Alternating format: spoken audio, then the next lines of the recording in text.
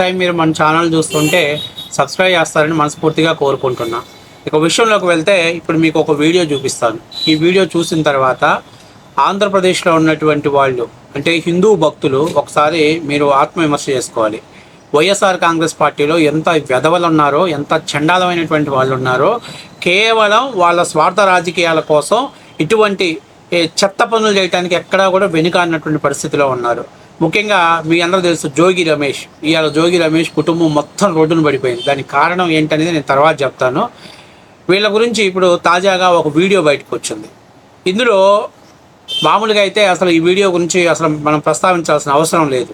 కానీ గతంలో జోగి రమేష్ దుర్గామాత టెంపుల్ దగ్గరికి అంటే బెజవాడ కనకదుర్గమ్మ టెంపుల్ దగ్గర చేసినటువంటి ఎకిలి శాస్త్రలు, ఎకిలి ప్రమాణాలు అవి పరిగణలోకి తీసుకున్నప్పుడు వీళ్ళు ఎంత దుర్మార్గులు అంటే తమ స్వార్థ ప్రయోజనాల కోసం దేవుణ్ణి కూడా వాడుకోవటానికి వీళ్ళు వెనుకాడట్లేదు అనిపిస్తుంది. మీ అందరూ తెలుసు గతంలో అక్కడ నకిలీ లిక్కర్ తయారు చేసిన ర్యాకెట్ని ఛేదించినప్పుడు పోలీసుల ఇన్వెస్టిగేషన్లో ఎవరైతే అందులో సూత్రధారిగా ఉన్నటువంటి వ్యక్తి ఆయన జోగి రమేష్ సన్నిహితుడని జోగి రమేష్ గారు చెప్తేనే మేము ఈ లిక్కర్ అంటే ఈ కల్తీ లిక్కర్ తయారు చేశామని చెప్పారు. దాని మీద పోలీసులు ఇన్వెస్టిగేషన్ చేస్తున్న సమయంలో జోగి రమేష్ బెజవాడ కనకదుర్గమ్మ అమ్మవారి దగ్గరికి వెళ్ళి అమ్మవారి ముందు ప్రమాణం చేశాడు. అవసరమైతే తిరుమల వెంకటేశ్వర స్వామి దగ్గరికి వెళ్ళి నేను ప్రమాణం చేస్తాను అన్నాడు. సో ఇక్కడ నిజంగా చెప్తాను, ఈరోజు జోగి రమేష్ కుటుంబం రోడ్డును పట్టడానికి కారణం అమ్మవారితో ఆటలాడుకోవటమే. నీకు నమ్మకం లేదు కదా అని చెప్పి కోట్లాది మంది విశ్వసించేటువంటి దేవుణ్ణి, కోట్లాది మంది ఆరాధించేటువంటి దేవుళ్ళని అపవిత్రం చేయటం, వెకిలి చేష్టలు చేయటం, ఎకిలి ప్రమాణాలు చేయటం, నిజంగా దాని ఫలితమే ఈరోజు జోగి రమేష్ కుటుంబం మొత్తం కూడా రోడ్డును పడింది అనేది వాస్తవ విషయం. మీరు అనొచ్చు ఆయన ప్రమాణం చేస్తే తప్పేంటండి, అది నిజమా తప్ప అనేది భగవంతుడు తెలుస్తాడు. కానీ ఆ దేవుడి మీద నమ్మకం లేకుండా ప్రమాణం చేశాడు చూసావు, అది తప్పు.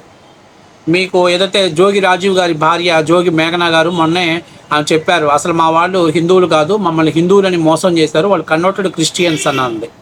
సో ఇప్పుడు దానికి సంబంధించినటువంటి ఆధారాలు ఇప్పుడు సోషల్ మీడియాలో ఒకటి వచ్చింది. ఈ వీడియోతోటి జోగి రమేష్ ఎంత జోకర్ ఫ్యామిలీయో మనందరికి కూడా అర్థమైంది. ఎందుకంటే మీరు ఆల్రెడీ ఇంకొక మతాన్ని విశ్వసిస్తా, ఇంకొక మతాన్ని లో చేరి ప్రార్థన చేస్తా, మీరు నమ్మకం లేనటువంటి దేవుడి మీద ప్రమాణం చేయటం, ఆ దేవుడిని నమ్ముతున్నటువంటి కోట్లాది మంది ప్రజల మనోభావాలు దెబ్బతీసేలాగా మీరు ప్రవర్తించడం, ఇది వైఎస్ఆర్సీపీ పార్టీకి ఆ నాయకులకి ఒకరి మించి ఒకరు ఉన్నారు. ఇప్పుడు తాజాగా మన శకుంతల మామూలుగా ఒక కుటుంబంలో భర్త ఎవడో ఒకడు ఎదవ ఉంటాడు, కానీ ఈ జోగి కుటుంబంలో మొత్తం ఎదవలే.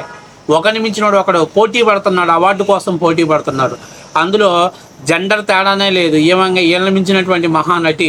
మరి ఒకసారి చూడండి ఆమె అద్భుతంగా ఎలాగ ప్రార్థన చేసుకుంటుందో ఒకసారి చూడండి. నేను ఇక్కడ చేసుకున్నందుకు తప్పు పట్టట్లా.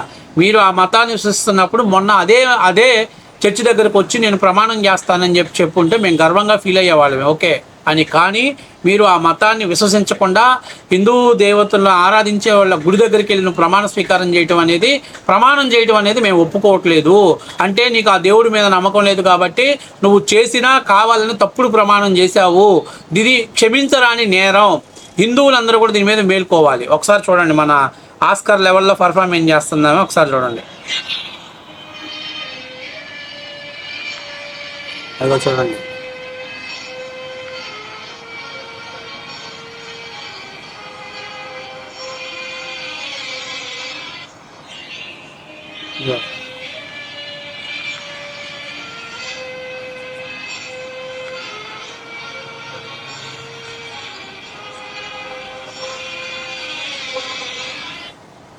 నాకు అర్థం కావట్లా, మీకు ఏం పోయే కాలం వచ్చిందిరా మీకు? మీరు దేవుణ్ణి నమ్మట్లేదు, వదిలేసేయండి. ఎవరు అడిగారు మిమ్మల్ని? అడిగామా మేము? ఇప్పుడు భారతదేశంలో అనేక మంది అనేకమైనటువంటి మతాలని ఆ దేవుడిని విశ్వసిస్తున్నారు. ఇది ఎవడు అనట్లే. కానీ మీ స్వార్థ ప్రయోజనాల కోసం మీరేదో రాజకీయ లబ్ధి చేకూర్చాలని అమ్మవారి గుడి దగ్గరికి వెళ్ళి అసలు ఆ రోజు మీరు చూడాల్సిందే, పట్టు వస్త్రాలు కట్టుకొని భార్య, కొడుకులు ఇద్దరు, కూతురు అందరితో పాటు వెళ్ళి దుర్గగుడి దగ్గర ప్రమాణం చేసి వచ్చాడు జోగి రమేష్. అంటే ఎంత దీన్ని ఏమంటారని అంటే నాకు తెలిసినంత వరకు దీన్ని బలుపు అని కూడా నేను అన్నాను. దీన్ని బలుపు అని కూడా అనకూడదు, సెన్సార్ ప్రాబ్లం ఉంది, బలుపు అంటారు. అర్థమైందా?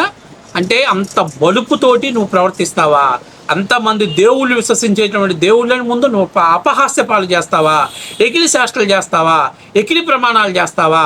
నీ భార్య ఇంట్లో క్రిస్టియన్ మతాన్ని ఆచరిస్తే నువ్వు క్రిస్టియన్వే. నువ్వు క్రిస్టియన్వే. ఎందుకంటే ఎవరో పైన గుళ్ళో పూజ చేసుకుంటా అగరొత్తులు వెలిగిస్తే ఎవరు శవం చచ్చిన కాడ ఒత్తులు వెలిగించారని చెప్పి నువ్వు సస్తే నీ ముందు వెలిగించేవాళ్ళేమో గొప్పదీసి. అంటే ఇంత దారుణమైనటువంటి పరిస్థితి అంటే ఆంధ్రప్రదేశ్లో ప్రజలు ఆలోచన చేసుకోవాలి. ఈ వైఎస్ఆర్సీపీ పార్టీ అనేటువంటి ఒక లోఫర్ పార్టీని తీసుకొచ్చారు. దీనికి అసలు సిద్ధాంతాలు లేవు. ఈ పార్టీ నిర్మాణమే ఫేక్. ఎవరి దగ్గర నుంచే వీళ్ళు లాక్కున్నారు. పోనీ అదన్నా కరెక్ట్గా చేశారా అంటే అది సరిగ్గా లేదు. ఇట్లాంటి దారుణమైనటువంటి అసలు ఈ పార్టీలో ఉన్న ఒక్కొక్కరికి ఒక్కొక్క క్యారెక్టర్ ఉంది. అసలు మామూలుగా ఎవరైనా రాజకీయాలను మగాళ్ళు ఎదవలు ఉంటారు, కానీ ఇంట్లో ఆడవాళ్ళు కూడా ఈ ఎదవతనాన్ని ఎంకరేజ్ చేస్తున్నానంటే ఇంక ఏం చేయాలి, ఏం చెప్పాలి? అసలు నిజంగా నేను ఆ వీడియో చూసినప్పుడు షాక్ అయిపోయా. ఆ అమ్మాయి చెప్పింది 100% నిజం. ఏదైతే ఆ మేఘన చెప్పిందో మా వాళ్ళు కన్వర్టెడ్ క్రిస్టియన్స్ అనేవి నిజం. దానికి సంబంధించిన వీడియోలు పంపించేసింది. చక్కగా మన శకుంతల ఆంటీ టీవీ పెట్టుకొని అక్కడ ప్రార్థన వస్తుంటే ఈమె కూర్చుని ఆన్లైన్లో ఒక ముసుగు కప్పుకొని ఇట్లాగా బాబా ఏమి మహా నటులురా నాయన మీరు. అసలు జగన్మోహన్ రెడ్డి ఫ్యామిలీ కూడా, జగన్మోహన్ రెడ్డి కూడా పనికిరాడు మీ దెబ్బకి. మీరు జగన్మోహన్ రెడ్డిని మించిన పర్ఫార్మెన్స్ చేస్తున్నారు. నిజంగా మిమ్మల్ని కానీ సినిమాల్లో పంపిస్తే ఆస్కర్ లెవెల్లో పర్ఫార్మెన్స్ చేస్తారు. ఆస్కర్ ఏంది, ఇంకా దాన్ని మించిన అవార్డు ఏదన్నా జగన్మోహన్ రెడ్డి పెడితే ఆ అవార్డుని కూడా వీళ్ళు సొంతం చేసుకుంటారు. అద్భుతంగా నటిస్తున్నారు. ఇప్పుడు నిజంగా నేనైతే స్ట్రాంగ్గా నమ్ముతున్నా. ఏంటో తెలుసా, వీళ్ళు ఇలాంటి దొంగ ప్రమాణాలు చేశారు కాబట్టి వాళ్ళ కుటుంబం మొత్తం రోడ్డును పడింది.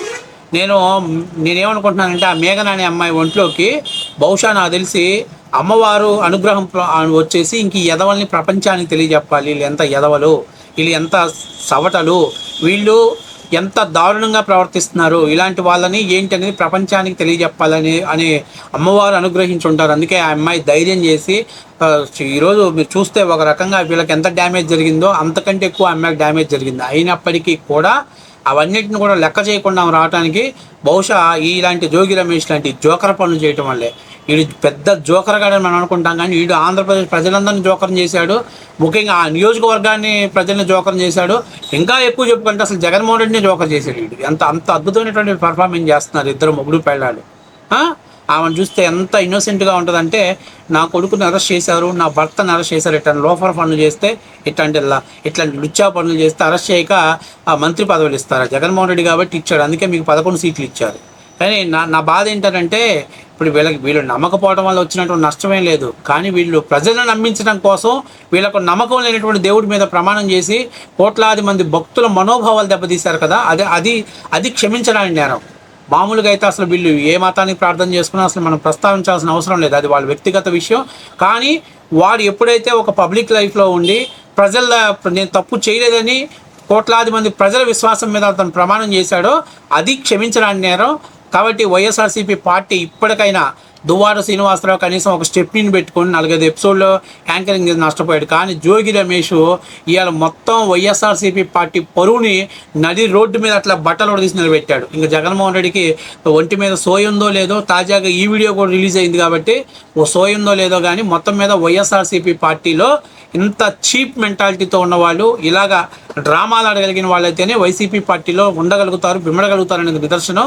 కాబట్టి ఇలా ఏదైతే ఆ అమ్మాయి చెప్పిన దాంట్లో 100% నిజం ఉంది. ఇలాంటి వ్యధవలను అసలు క్షమించకూడదు. వీళ్ళకి చట్టాలలో పనిష్మెంట్ జరగకపోవచ్చు, చట్టం దాటైనా వీళ్ళకి పనిష్మెంట్ చేయాలి. ఎంత డ్రామాలు ఆడారు. ఆ పంచకట్టు ఏంటి, వాడు దేవుడి దగ్గరికి వచ్చి ప్రమాణం చేయటం ఏంటి, ఆహార తారుపుతానంటం ఏంటి, నాకేం సంబంధం లేదు. ఇంట్లో చూడబోతేనేమో అసలు ఈ మతాన్ని ఆచరించట్లేదు, ఈ మతం నుంచి వచ్చేటువంటి వాసనే వీడికి పడదు. మరి వీడు ఈ అత్తర వాసన చూసుకున్నాడు.